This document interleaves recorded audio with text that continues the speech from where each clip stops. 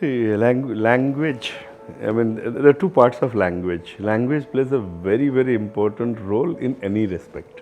Language, one is physical, I mean, physical part of it in the sense that if I am talking in English, so response in English or in Hindi or response in English or a vernacular language, that is one part of it.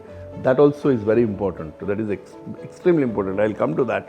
And second is the way the tone and tenor of the language. That is also extremely important. I don't know. I'll try to give you some examples from my own life.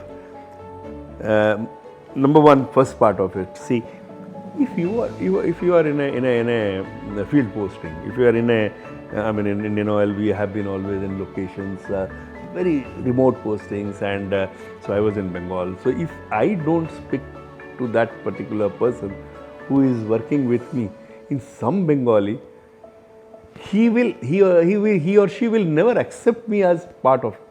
And as a leader, it is extremely important for all of us to be a part of that community.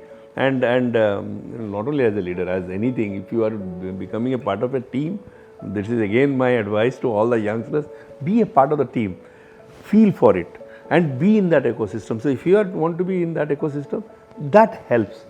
I'm not again telling, I was let's say, I was posted in Maharashtra for a long time. So when I was going to locations, I did not know Marathi in the beginning well. I used to understand, but you never used to say a few words in Marathi. So that's not but an intention, but an effort that shows. That is very important. That is exactly important. Even if you say very lightly, that breaks the ice, and that makes you a part of the team. So that's very important. That's the physical part of the language. But more important is the tone and tenor, and that takes away everything. I'll tell you a beautiful example. In my case, even silence plays a major role. Something had happened. I was very young. I was hardly 24, 25 years, 26 years old. So I was transferred to some place where my boss also did not want me to go because I had been transferred from the same place earlier also. So he had also told, why should you go back to the same place? They can transfer you anywhere. In fact, I had always given a choice for going anywhere. So he held back my transfer. So he told me, stay back, I will see. But it was running, it was going on and all. So there was unnecessary tussle. I was a young officer at that point of time. Then he told me, you go and meet the GM.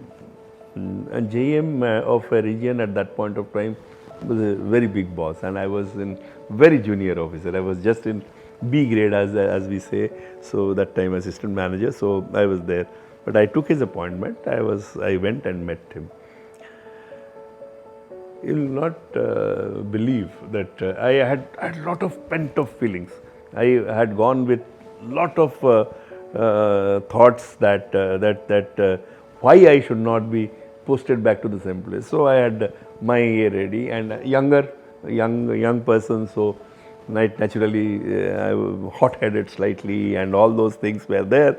And I went and I told you, sir, can I come in? He told, yes, Ranjan, come in, sit down. Big office. I was very surprised, very big office, sitting alone. He is sitting across that desk. He told, yes, tell me what happened. What do you want to tell me? And I started. And he did not stop me. He allowed me to talk.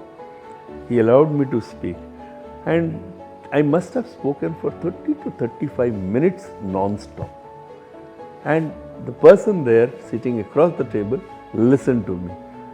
And to tell you very frankly, at the end of that 35 minutes, every grievance of mine was gone.